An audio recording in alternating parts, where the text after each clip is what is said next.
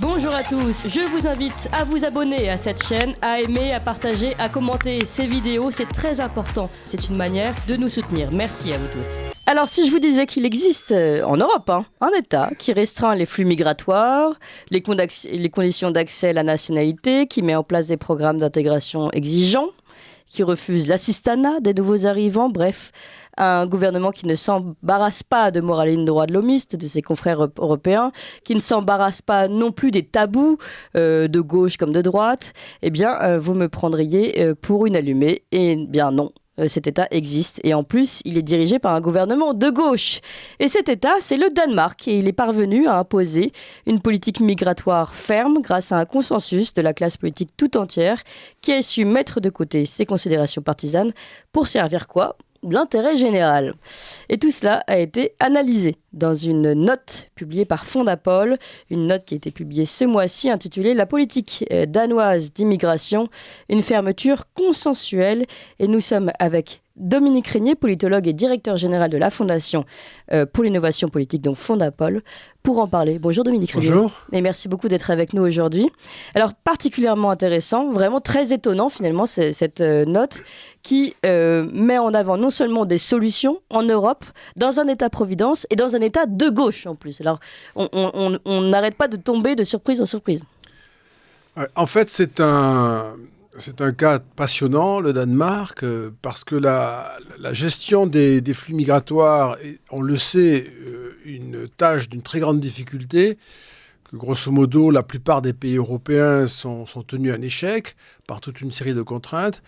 Et le Danemark est parvenu à forger une réponse alors, qui a pour fondement, et ça je crois que c'est très important de le dire, qui a pour fondement le souci de préserver l'État-providence danois, qui est considéré comme un élément clé du système politique de ce pays, et deuxièmement, de préserver un système de valeurs. Alors, quand on dit ça comme ça, il faut un système de valeurs qui permet, selon les Danois, de maintenir ce à quoi ils tiennent beaucoup et en lien avec l'État-providence, c'est-à-dire la confiance interpersonnelle. Nous devons avoir ce rapport... Solidarité, confiance... Alors, confiance mutuelle, ça signifie que je ne vous soupçonne pas de faire un usage excessif de la solidarité nationale. Et donc, à la fois, l'État-providence doit être préservé comme, du point de vue économique, que les ressources que nous mettons à sa disposition ne se dispersent pas n'importe comment, et puis que nous gardions ces valeurs communes qui sont le socle de la confiance interpersonnelle. Et c'est pourquoi cette philosophie fondamentale, elle vient en fait de la gauche, oui, parce que l'État-providence, c'est la gauche, mais elle a été forgée par la droite en 2001 au gouvernement avec le soutien des populistes, le soutien parlementaire. Et ils ont peu à peu imaginé ce système dont, encore une fois, la clé, c'est préserver l'État-providence, préserver la confiance interpersonnelle.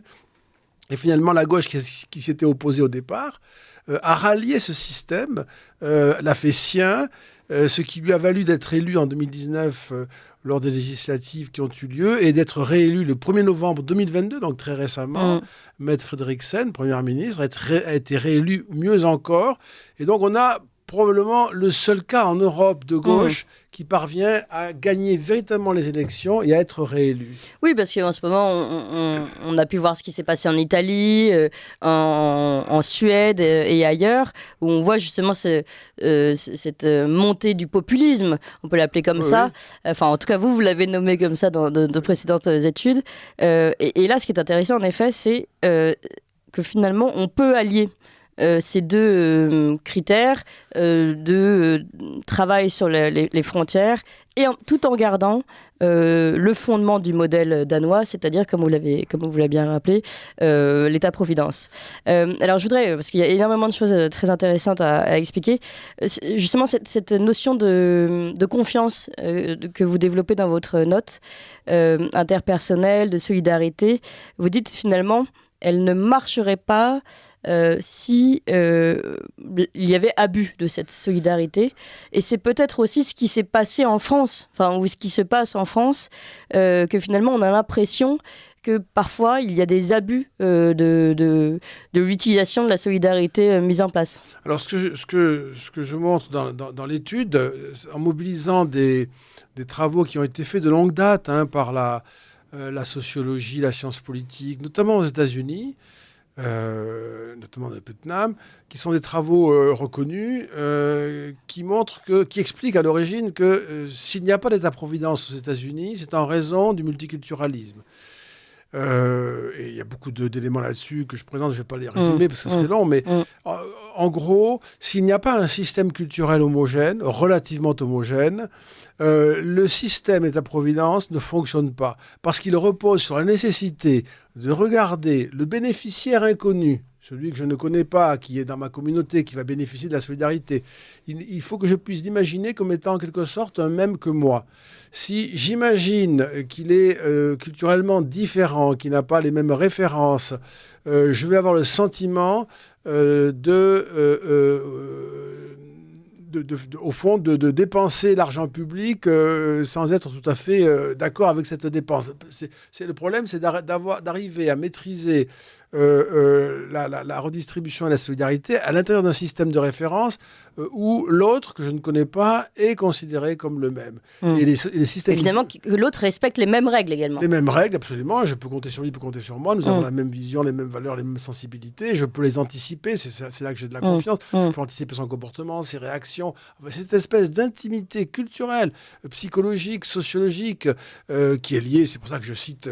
c'est ce qu'on appelle l'assimilation, en fait, finalement, d'une certaine façon. Et une culture commune. C'est pour ça que je cite à la fin l'autre partie du discours de Renan, qu'est-ce qu'une nation, celle qu'on oublie souvent. Il dit une nation, c'est un legs, ça se fait au cours du temps, et il faut cette espèce d'intimité dans la communauté des références. Et c'est important de rappeler que les Danois ont imaginé que sans cette espèce de communauté de valeurs, le régime de l'État-providence ne tiendrait pas, serait en déficit. Il faut dire au passage comme ça, parce que les Danois, ils font cette politique extraordinaire, parce qu'elle est tout à fait singulière et très efficace. Ils ont une dette sur PIB qui est de 32%. Nous avons 115%. Et c'est sans arrêt un sujet qu'ils posent sur la table.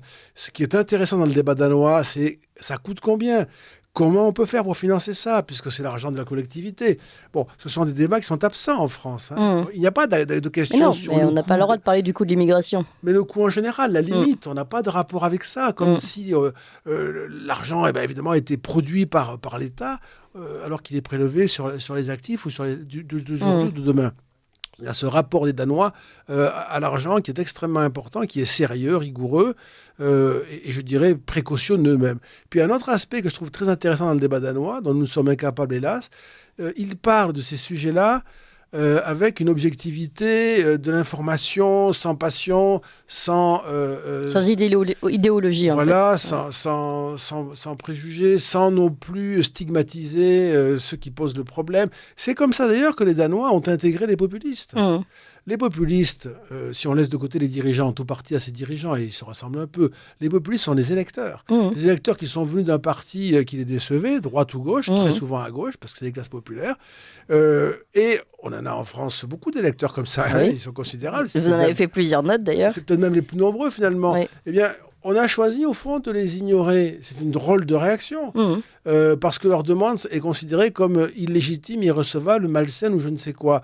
Là, c'est quand même très curieux comme jugement sur des électeurs en grand nombre.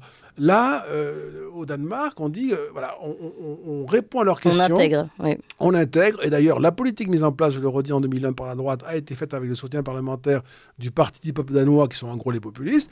Et ça s'est fait tout au long. Depuis 2001 jusqu'à 2022, les populistes danois, y compris d'ailleurs à leurs risques et périls, parce qu'ils en ont payé le prix électoral, ont soutenu cette politique. Et nous avons donc un vrai consensus où la droite, la gauche, les populistes même se retrouvent dans une politique migratoire. Ils ont dépassé les clivages partisans, dépassé également les étiquettes, un peu, comme vous l'avez dit, un peu de préjugés, où dès qu'on parle de migration, en France, on est tout de suite taxé soit de populiste, soit d'extrême droite, etc. C'est très difficile pour quelqu'un de gauche de parler d'immigration. C'est très difficile pour quiconque de parler d'immigration sans être rangé dans un camp. Oui. Voilà.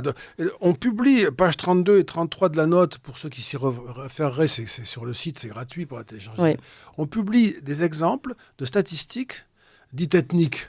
Moi, je n'aime pas cette formule. Je parle de statistiques complètes ou de données démographiques complètes. Et au Danemark, donc on publie des documents qui viennent des données danoises. Vous avez le taux d'emploi des personnes entre 30 et 64 ans parmi la population danoise selon le pays d'origine. Et là, vous avez toute une information selon le pays d'origine de ceux qui vivent au Danemark. Et vous avez des chiffres sur le taux d'emploi. Même chose pour le recours à l'aide sociale selon le pays d'origine. Même chose, on le publie aussi pour la criminalité selon le pays d'origine des délinquants. Et vous avez, au pourcentage près, toutes les informations. On peut discuter de la réalité en la décrivant correctement. Et c'est une des conditions du consensus. Nous n'arrivons même pas ça donne envie. à accepter exactement la discussion sur la réalité. Moi, je ne comprends pas que dans le monde des sciences sociales ou dans le monde de l'administration et du gouvernement, on ne mette pas à disposition des citoyens cette information sur les données qui constituent notre réalité quotidienne. Et surtout que ça ne fait que provoquer plus de populisme, justement. Oui, parce qu'on imagine, on peut fantasmer, il y a de l'idéologie ensuite qui peut venir là-dessus, on peut exagérer des phénomènes qui sont réels mais pas si importants. Enfin bref, on est à tâtons parce qu'on ne nous donne pas une image claire. Il y a un côté réaction aussi au tabou, donc toujours aller dans l'exagération. Je voudrais quand même, alors 2 choses encore fondamentales dans votre analyse. Vous avez commencé à l'évoquer, le fait que évidemment, le fonctionnement de ce modèle danois ne marche que parce que il y a une politique d'intégration très stricte. Oui. Et ça, c'est quand même important de le souligner également. Est-ce que vous pouvez en parler rapidement ? C'est essentiel, vous avez raison. Et c'est la conséquence de l'importance de l'interconfiance. Exactement, la confiance interpersonnelle, de la communauté de valeurs. C'est-à-dire que la population, les personnes qui veulent rejoindre la population danoise pour une durée limitée, ou pour espérer devenir danois, ce qui est difficile, eh bien, doivent suivre un parcours d'intégration qui est très strict. Il faut prouver que l'on est capable de subvenir à ses besoins, qu'on ne va pas donc dépendre des aides sociales. Il faut prouver un vrai désir d'appartenir à la communauté, donc apprendre la langue, non seulement assister à des cours, mais réussir les tests qui montrent que vous avez atteint les niveaux qui sont demandés pour avoir un permis de séjour. Il faut apprendre les valeurs, les connaître, les comprendre, les faire siennes. Il y a même un exercice, un rituel qui consiste à serrer la main de l'officiel qui vous remet le titre de séjour une fois que la procédure est terminée, et donc pour vérifier qu'il n'y a pas ces espèces de réticences liées à des schémas religieux ou culturels. Vous êtes pris en charge par une commune et que l'État, au fond, subventionne pour faire cela, qui a un plan de formation qui est personnalisé. Vous avez un tuteur, vous avez une entreprise référence, on vous forme professionnellement. C'est incroyable. Vous voyez, c'est un parcours très complet qui est vérifié, évalué. Et qui à la fin, bien évidemment, fait que ça marche beaucoup mieux, bien sûr. Évidemment. Et dernière question, malheureusement, on est obligé de tout aborder très vite, mais c'est absolument passionnant. Vraiment, j'invite tous nos auditeurs à aller se reporter à la note Fondapol que vous pouvez trouver sur le site ou commander sur Internet pour avoir vraiment le fascicule. On rappellera les références tout à l'heure. Dernier point important, c'est évidemment le fait que ça se passe en Europe. Et on avait l'impression... Enfin, moi, j'avais l'impression on voyait le modèle polonais, on voyait le modèle hongrois, que dès qu'un pays cherchait à contrôler ses frontières, elle se prenait réprimande européenne sur réprimande européenne. Là, visiblement, ce n'est pas le cas. Ce n'est pas le cas, vous avez raison, parce que le Danemark... il y a deux choses rapidement sur ce sujet-là. D'abord, le Danemark, lorsqu'il y a eu le traité de Maastricht, a voté non à son premier référendum. Puis, on a demandé aux Danois une solution. Ils ont dit on peut organiser un second référendum. Il nous faut... Comme souvent quand il y a un non à Maastricht, voilà. Faut le dire.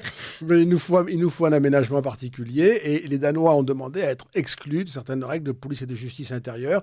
Donc, ça a été accepté. Ils ont ensuite voté oui à Maastricht. Et donc, ils ont une espèce de marge vraiment spectaculaire, enfin unique en tout cas dans le système européen, qui leur permet beaucoup de beaucoup d'innovations de ce type, y compris ce qu'ils mettent en place aujourd'hui, l'externalisation de la gestion des demandes de visa à un pays comme le Rwanda. On ne développera pas ce point, mais il est précisé également dans la note. Mais le deuxième aspect qui me paraît important, c'est que moi je pense que c'est ce qui va se passer en Europe. Je ne crois pas que l'on puisse faire l'économie d'une sorte de propagation de ce système danois en Europe. Les pays qui ne voudront pas le faire ne pourront pas empêcher les partis populistes de devenir majoritaires ou de peser très lourdement. Oui, je fais juste une parenthèse là. Finalement, moi, c'est ce que je vous disais en introduction, j'ai l'impression que c'est une réponse à vos notes précédentes. Vous parliez du risque populiste en France et finalement, vous avez trouvé ici un modèle qui serait une réponse pour l'Europe selon vos critères à vous. Oui, je crois que c'est exactement comme cela qu'il faut le voir. Et en même temps, c'est très démocratique. Oui. De voir une partie d'une nation, d'un peuple, d'un électorat en appeler à une certaine politique parce que sa vie est concernée. Ça n'est pas très sain de ne pas répondre, de considérer qu'il faudra s'y habituer parce que c'est comme ça. C'est plutôt dans la logique des choses et un bon fonctionnement démocratique, quand on observe le Danemark, d'arriver à associer tout le monde et d'imaginer une solution qui n'empêche pas l'immigration, mais qui favorise l'intégration, qui la millimètre, c'est sûr, et qui fait... Qui la limite. Voilà, qui la limite, mais qui permet, au fond, aux grands équilibres d'être maintenus jusqu'à la prochaine crise, parce que de toute façon, l'histoire est faite de crises. Oui, mais ça, c'est grâce à ça que Fondapol continue d'exister et de nous aider à comprendre ce qui se passe autour de nous. Merci infiniment, Dominique Régnier. Est-ce que vous pouvez juste nous rappeler peut-être le site et la manière de commander ce fascicule ? Alors, sur www.fondapol.org, vous accédez au site et vous aurez gratuitement la note. Vous pouvez la télécharger ou la lire sur le site, ainsi que toutes les notes de la Fondapol, ainsi que les données que nous avons produites, données d'opinion, qui sont gratuitement accessibles et utilisables. Merci encore, Dominique Régnier. Puis encore une fois, j'invite tous nos auditeurs à se porter sur cette politique danoise d'immigration avec une fermeture consensuelle, donc vous l'entendez, fermeture des frontières. Vous appréciez cette émission ? Alors aidez Radio Courtoisie à en produire d'autres, en indépendance totale. Rendez-vous sur soutenir.radiocourtoisie.fr. Merci d'avance.